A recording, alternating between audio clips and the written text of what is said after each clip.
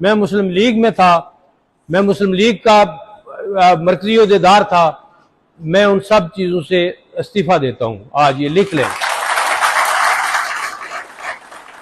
कोई उसके साथ मेरा ताल्लुक नहीं है। उसके बाद सियासत से मैं नहीं आउट हूं। ये कोई ये समझे कि मैं सियासत छोड़ दूंगा, ये पेशा सिपाहगरी है अपना, इसको नहीं, जब तक जिंदा हूं इसको नहीं छोड़ूंगा, मदद करूंगा।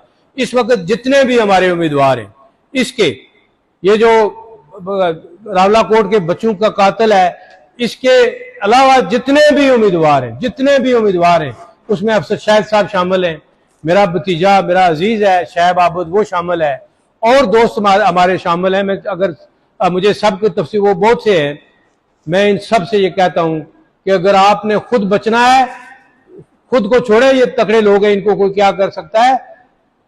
अगर लोगों को बचाना है, इंग्लैंड में गए हुए लोगों की जायदादों को बचाना है, इस सारे निजाम को बचाना है, इस छोटे से खिते डडियाल को, ये जो जजीरा है, इसको बचाना है, या मीरपुर जिले को बचाना है, तो मेहरबानी करके ये इकट्ठे हो जाए, एक मुठ हो जाए। मैं किसी के लिए वोट नहीं मांगूंगा, मेरी तरफ से आप सारे आजाद हैं, आप जिसको वोट दें, लेकिन अगर ये सारे इकट्ठे हो जाएं, एक बंदा दें, तो मैं हर एक के पास जाकर जो है ये उसका जिस तरीके से भी हुआ मैं लोगों को लेकर आऊंगा वापस, और इनकी मैं मदद करूंगा। लेकिन एक शर्त है, सिर्फ एक शर्त है। शैब आबद ने भी मुस्लिम लीग छोड़ दी है, परसों उसने अपने घर पर इजलास किया। मेरा ये प्रोग्राम था कि हम भी जो है ये इस तरह का इजलास एक मुनक्कद करें, लेकिन अब शायद उसकी जरूरत नहीं रही है, लोग इतनी तादाद में आ गए, इनने सुन लिया है, मीडिया के जरिए भी मेरी बात जो है ये पहुंच जाएगी। लेकिन ये मैं करूंगा, ये कहूंगा इन सब दोस्तों से कि आप एक हो, आप सबसे मेरी ये गुजारिश है, आप जो लोग रहते हैं, आप सर जोड़ लें, आप इनको इकट्ठा बिठाएं, इनसे बानी करके। मैंने अपना जाती मुफाद छोड़ दिया या नहीं छोड़ा? मैंने छोड़ दिया, मैंने कागज वापस ले लिए। मुझे उन्होंने कहा असेंबली में ले जाएंगे, मैंने कहा मेहरबानी शुक्रिया, मैं नहीं लेता असेंबली की सीट। मैं असेंबली की सीट लेता, मुझे 30-40 करोड़ रुपया बजट मिलता सालाना। मैंने छोड़ दी सारी बातें। मैंने किस लिए छोड़ी? मैंने आपके लिए छोड़ी। देखकर टीका लगाएंगे मेरे लोगों को अरबों का, मैं उसमें हिस्सादार ना बनूं। कोई मुझे ना ये बात कहे अरे अबौजाद की हड्डियों ने हमें दिया है, किसी ने एहसान नहीं किया वो हम पर। बिजली सस्ती मिली है तो हम पर एहसान नहीं है। मैं तो ये कहता हूं मुफ्त बिजली इनको देनी चाहिए मीरपुर के लोगों को। ये यहां पर कोई अलहदगी की तहरीक नहीं है। रियासत जम्मू और कश्मीर में कोई पाकिस्तान का मुखालिफ नहीं है। ये बात मैं इन इंटेलिजेंस अदारों से कहता हूं, ये बात मैं फौज से कहता हूं, ये बात मैं ब्यूरोक्रेसी से कहता हूं, ये बात मैं पाकिस्तान के अवाम से कहता हूं, पाकिस्तान की कौमी असेंबली और सेनेट से कहता हूं। बाखुदा यहां पर कोई भी पाकिस्तान का मुखालिफ नहीं है। हम सारे 90% आबादी यहां पर प्रो पाकिस्तान है। आप क्यों इतना जुल्म करते हैं? आप क्यों इतना डंडा लेकर पीछे पड़ते हैं? आप क्यों इतनी बदयांतियां करते हैं? आप क्यों दलाली करके अपना मुंह काला कराते हैं? हम तो आपकी वर्दियों की बड़ी इज्जत करते हैं। इन्हीं सियासतदानों को जिनको आप कहते हैं ये चोर है, ये चोर है, ये चोर है, ये चोर है, फिर उन्हीं चोरों के साथ मिलकर आप भी चोरी करते हैं। मैं गुजर खान के लोगों से कहता हूं कि अगर ये नाका ना खत्म करें, आप डंडे और कलाड़ियां लेकर आ जाएं और इनको पकड़कर जो है ये बंद करें। और अगर कोई आप पर वार करेगा, मैं आपके साथ आकर खड़ा हो जाऊंगा। अगर जान जाएगी, सबसे पहले मेरी जान जाएगी, सबसे पहले मैं अपनी जान दूंगा। रावलाकोट वाले बच्चों के पास मैं जाऊंगा, उनसे मैं कहूंगा इलेक्शन हो रहे हैं, हमारा ये मुतालबा है कि ये जाली इलेक्शन होंगे, फ्रॉड करेंगे, सब कुछ करें। मैं लोगों से ये कहता हूं फिर भी होने दें, क्योंकि इलेक्शन ही एक ऐसा जरिया है जिससे पानी चलता हुआ ही साफ रहता है, खड़ा हो जाए तो वो गंदा हो जाता है। आप दोस्तों से मेरी ये गुजारिश है, ना डरने वाले हैं, ना झुकने वाले हैं, ना बिकने वाले हैं। आप जो मेरे साथ थे, ऐसे लोग हैं जो 3-3 नस्लों से मेरे साथ चल रहे हैं। अभी जब ये टिकट का फैसला हुआ है, आपके जज्बात की मैं कदर करता हूं। लोग मुझसे बात करते हैं तो वो कहते हैं हम दुआएं करते हैं, अब ये कहते हैं कि हम इनके लिए बद्दुआएं करते हैं। वो वाकयात हैं, ये नए नहीं है, ना इनकी तारीख जो है ये नई है, ना जो है ये पहला वाकया है हमारे साथ के इस तरह हुआ है। ये वाकयात इससे पहले भी होते रहे हैं। मैं इसको ज़िम्मेदार आपके सामने रख देता हूँ, आप वो सुन लें। जितना अरसा हमने गुजारा, सारी बातों पर, इस टिकट पर, ये सारी बातों पर तफसील से बात करूंगा, लेकिन चूंकि यहाँ पर नौजवान नस्ल बैठी है, हमारे बच्चे 2006 में टिकट के लिए मैं उम्मीदवार था और मेरे मध्य मुकाबल उम्मीदवार चौधरी यूसुफ साहब थे। वो 6वीं या 7वीं पढ़े हुए थे और उम्र में जो है ये 90 साल के थे। सरदार अतीक साहब टिकट देने वाले थे और मैं भी टिकट का उम्मीदवार था। सरदार अतीक साहब मोहतरम ने, वो मुस्लिम कॉन्फ्रेंस के सदर हैं, आज भी कहते हैं कि मुस्लिम कॉन्फ्रेंस का मेरिट, और हर रोज याद कराते रहते हैं मुस्लिम कॉन्फ्रेंस का मेरिट। उन्होंने 9 करोड़ रुपया लिया और टिकट चौधरी यूसुफ साहब को दे दिया और मुझे ये कहा कि आप जो है ये सब्र कर लें, हम आपको जिंदगी में आगे। मैंने कहा मेरा सब्र जो है ये जवाब दे गया है, अब जिंदगी में किसी दूसरी जगह मुलाकात होगी। उसमें भी जो है ये ब्रिगेडियर गजनफर था एक, और मेजर हाशिम डोगर था, वो बाद में पंजाब का बना, वजीर दाखिला बना, और वो भी उसमें शामिल थे। और मेरे वो उनमें से एक मेजर हाशिम जो है ये मेरा तलक वाला भी था। वहां जब मुझे मिला इस्लामाबाद में एक शादी में, तो मुझे कहने लगा कि आपके लिए मैंने कहा मैं वो सारी तारीख जानता हूँ, वो सारे मैं जानता हूँ कि जो है ये किधर जाकर मछली जो है ये जाल में फंसती है और किस तरह आप लोग फंसाते हैं, मैं सारी तारीख जानता हूँ। इसलिए मुझे कोई डर है, ना मुझे किसी बात का खौफ है, ना कोई बात कहने में मुझे खौफ है। लेकिन मैंने इस मुल्क के लिए 50 साल तक जद्दोजहद की है। 6 साल में मैं 80 साल के करीब हो जाऊंगा। 80 साल मामूली उम्र नहीं होती है। हमने सारी जिंदगी जात के लिए कोई काम नहीं है, अपने खानदान के लिए कोई काम नहीं किया है, बच्चों के लिए कोई काम नहीं किया है, इस मुल्क के लिए और इस कौम के लिए जो है ये मैंने बहुत लंबी जेलें काटी हैं, किसी जुर्म में नहीं, किसी जो है ये क्राइम करके मैं जेल में नहीं गया। सियासी जराइम, सियासी मामलात में हम जेल में जाते रहे और लंबा अरसा हमने जेलों में गुजार दिया। लेकिन कभी जो है ये मेरी तारीख में ये बात आपको नहीं मिलेगी कि हमने किसी जगह पर माफी मांगी हो या मैंने लोगों की देनदारी के साथ, ईमानदारी के साथ खिदमत की है। ये साफी दोस्त है मेरे बैठे हुए, तनकीद भी हम पर लिखते रहते हैं, लेकिन मैं हमेशा इनसे ये कहता हूं कि आप तहकीक करके लिखा करें कि किसने क्या काम किया है।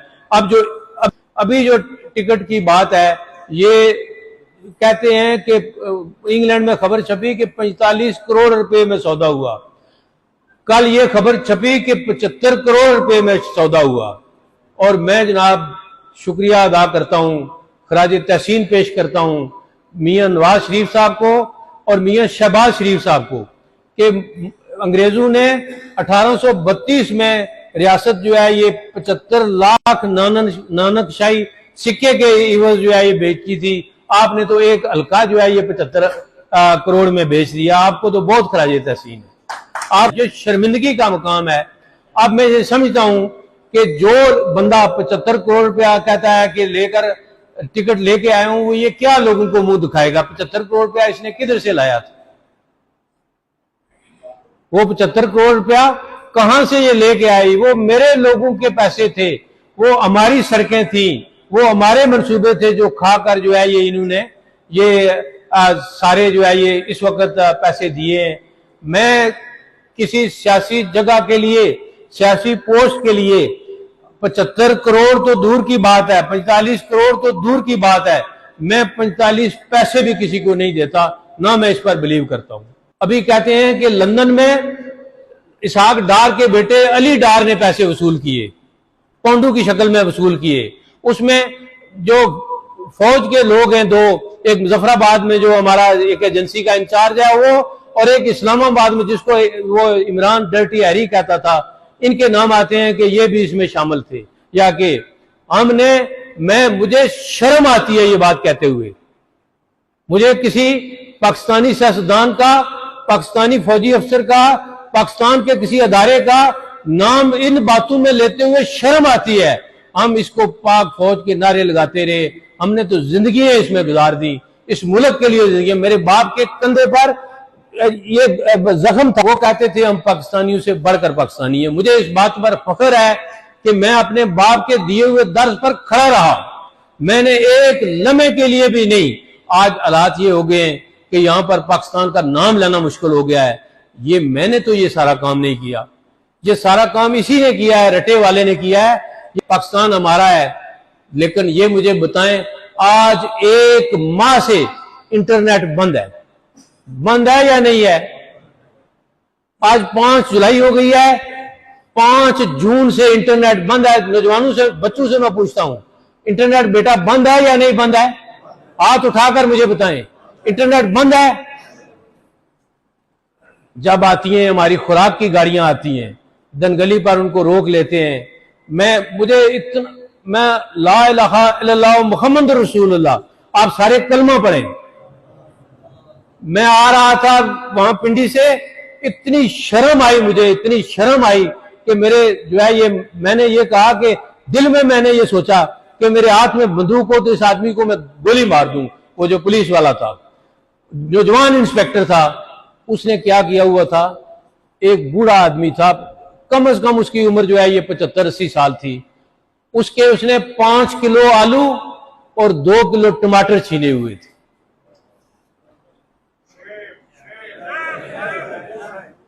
कहां से कि तुम गुजर खान से ये नहीं ले जा सकते। वो आदमी मेरे पास आया, वो मैं जब गाड़ी से निकला, ये नौजवान जिसने तलावत किया वकार, ये मेरे साथ था, भतीजा मेरा परवेज मेरे साथ था। जब मैं गाड़ी से निकला, वो आदमी मेरे साथ आकर चिमट गया। उसने कहा, एमएलए साहब, ये मुझे आलू नहीं ले जाने देते, टमाटर नहीं ले जाने देते। उसके छोटे छोटे बच्चे होंगे, पोते पोतियां होंगे, खानदान होगा। ओ खुदा के बंदो, तुम्हारा पंजाब मेरा सूबा है, पंजाब मेरा मुल्क है, कोई मैं इसमें शर्मिंदगी महसूस नहीं करता, कोई मैं डरता नहीं ये बात कहते हुए, पाकिस्तान मेरा मुल्क है। लेकिन ये मुझे बताओ कि मंगला डैम, जिसमें हमारी कब्रें चली गई, जिसमें हमारे घर चले गए, जिसमें हमारे जज्बात चले गए, जिसमें हमारी जिंदगियां चली गई, जिसमें हमारा सब कुछ चला गया, उसमें पानी खड़ा करके तुम पंजाब के खेतों को, उसमें कश्मीर के शहीदों का लहू भी शामिल होता है, कश्मीर के शहीदों का लहू भी उस पानी में शामिल होता है। उससे वो सब्जियां और अनाज तुम उगाते हो। और एक कश्मीर का बूढ़ा आदमी, 80 साल का आदमी मेरे सामने तड़प रहा है। मैंने उस इंस्पेक्टर को मैंने कहा कि तुम कौन होते हो तुम इसको, मैंने उसको, मेरा ख्याल है बहुत सख्त जबान इस्तेमाल की होगी, मेरी आदत है ये, लोग भी मेरे साथ बाज़ औक़ात गिला करते हैं, तुम सख्त जबान इस्तेमाल करते हो। मैंने सख्त जबान इस्तेमाल की होगी। उसने, वो मेरे पास आया, वो इंस्पेक्टर, उसने मेरे सामने हाथ बांध लिए, मुझे कहने लगा, अंकल आपकी, मैं आपको जानता हूं, आपकी हमारी रिश्तेदारियां हैं, मैं फलां गांव का रहने वाला हूं। ये एक पागल औरत है, एसी है हमारी इधर लगी हुई, वो मुझे कहती है खुराक रोको। मैंने कहा कुछ अया करो, खुराक मत किसी की, आलू मत रोको, सब्जी मत रोको, गोश्त मत रोको, टमाटर मत रोको, ये इंसानों की खुराक है, इधर भी इंसान रहते हैं, वो भी तुम्हारे भाई है। आप मुझे बात, आपसे ये सवाल है मेरा, पूरे पाकिस्तान से मेरा सवाल है, ये पूरी फौज से ये मेरा सवाल है, पूरी हुकूमत से मेरा ये सवाल है, मुझे इस सवाल का जवाब दें कि हिंदुस्तान में कितने हालात खराब हुए। वहां के लोग जो है, ये मकबूजा कश्मीर के लोग जो हैं, वो इलाके पाकिस्तान की बात करते हैं, वो पाकिस्तान के लिए कुर्बानियां देते हैं, वो पाकिस्तान की बात करते हैं। लेकिन कभी क्या ये हुआ है कि मकबूजा कश्मीर की खुराक हिंदुस्तान ने बंद की हो? एक वाकया हुआ है, मुझे बताएं। 6 दिन से ज्यादा मकबूजा कश्मीर का इंटरनेट या फोन सर्विस बंद हुई हो, मुझे बताएं इस बात को। आज 1 माह हो गया है, कोई बोलता नहीं है, कोई बात नहीं करता है। इलेक्शन की बात करते हैं, जी इलेक्शन है। मैंने कहा लानत भेजता हूं ऐसी सीट। मुझे वफाकी वज़ीर ने बुलाकर कहा असेंबली में लेके जाएंगे, एक पैसा भी खर्च नहीं होगा, कैंपेन नहीं चलाओगे, टेक्नोक्रेट पर लेके जाएंगे। मैंने, मेरा रिकॉर्डेड पैगाम है, जो चाहे मैं उसको सुना सकता हूं। मैंने कहा मैं लानत भेजता हूं ऐसी असेंबली की सीट पर, जिस सीट से मेरे लोगों की खून की बू आए, जिससे मेरे लोगों के खून की बू आई, उसके पर मैं लानत भेजता हूं। मुझे ये बात कहते हुए शर्म महसूस होती है। कायदे आजम अगर उनकी रूह है वो कांप जाती होगी ये बात सुनकर कि उसकी जो, मैं जनरल आसिम मुनीर से कहता हूं, ये आर्मी चीफ से मैं ये कहता हूं, आपकी जनरल साहब बड़ी शोहरत हुई है, कश्मीरियों में बहुत शोहरत हुई है, 29 मई के हवाले से आपकी बड़ी शोहरत हुई है, लेकिन ये आपकी फौज की वर्दी पहनकर लोग जो है ये सौदे करते हैं इधर और कश्मीरियों के पैसे लूट कर करोड़ों ले जाते हैं। क्या हम करप्ट हो जाएं, हम पैसे दें, हम जायदादें बेचें, फिर हम हुकूमत के पैसे खाएं? मैंने सड़कें बनाई हैं, 10 साल गुजर गए हैं, ये सारे लोग बैठे हैं इसमें, वो लोग भी होंगे जो शायद मेरे साथ ना हुए होंगे। कोई आदमी हाथ उठा करके एक सड़क भी टूटी हो 10 साल में, एक सड़क भी टूटी है? अगर एक दिन सड़क बनाता है दूसरे दिन टूट जाती है। यहां था एक वो एक्सीडेंट था सड़कों का, 71 करोड़ रुपए का उसने टावर खरीदा है जाकर ये बैरिया में किसी जगह, ये बेनामी खरीदते हैं। 71 करोड़ रुपए का टावर खरीदा है उसने, पता नहीं कौन सा गिलानी है, ये जो मुजफ्फराबाद में टिकट होल्डर है मुस्लिम लीग का, इफ्तिखार गिलानी वजीर तालीम भी था, उसका ताए का बेटा है, उसका बहनोई भी है। वो 71 करोड़ रुपए डडियाल के लोगों का खून पसीना था जो इसने और उसने मिलकर जो है ये डडियाल के लोगों की जमीनों के रिकॉर्ड बदल दिए इन्होंने, महकमा माल वालों ने इस 5 साल में।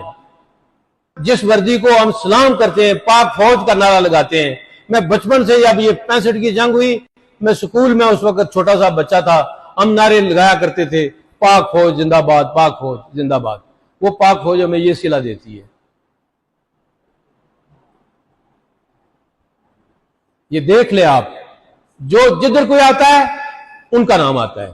ये है इंग्लैंड में सौदा होता है, मैंने आपको बताया जाल के साथ जब मछली लगती है, अल्लाह ने हमें वो आंखें दी हुई हैं, हम उसको समुद्र के पानी में वो जाल देख रहे हैं, मछली किधर है, पकड़ कौन रहा है, हाथ किसके हैं। कहते हैं अली डार ने जो है ये पौंडू में वहां पैसे वसूल किए। खुदा का खौफ हो, तुम्हारे पास बिलियंस हैं पौंडू में और डॉलरों में हैं, फिर भी इस मुल्क को नहीं छोड़ते। हम नहीं होंगे, ये तारीख होगी, स्याह तारीख होगी जो तुम्हारे चेहरे पर मली जाएगी और तुम्हारे पीछा करेगी ये तारीख, और हम इंशाल्लाह सुरखरू होंगे उसमें। हम जिधर भी जाएंगे हमारे चेहरे, हमारे सीने चमकते हुए होंगे, इसलिए कि हमने कोई बदकिरदारी नहीं दिखाई है। हम अनवार उल हक ने ये कहा, अनवार उल हक की ये स्टेटमेंट है, कोई तरदीद करे इस बात की। कोई बंदा उठकर उसने कहा मैंने RMLA को 7 अरब रुपया दिया है, 7 अरब रुपया अजहर को भी दिया होगा, वो किधर लगाया वो 7 अरब रुपया, वो किधर गया 7 अरब रुपया? हमने जिसके लिए कुर्बानियां दी, हमने जिसके लिए जान गवा दी, हमने अपनी जवानियां दे दी, वहां से आज हमारा इंटरनेट बंद है, इंग्लैंड में हम राब्ता नहीं कर सकते। क्या मैं गैर मुहिब वतन आदमी हूं? मैं दहशतगर्द हूं? इलाके पाकिस्तान एक नजरिया है, मैं उसके साथ खड़ा रहा हूं। खुद मुख्तार का एक नजरिया है, ये कहते हैं, ये इनके मुतल्लिक एक्शन कमेटी वालों के मुतल्लिक कहते हैं, ठीक है, एक्शन कमेटी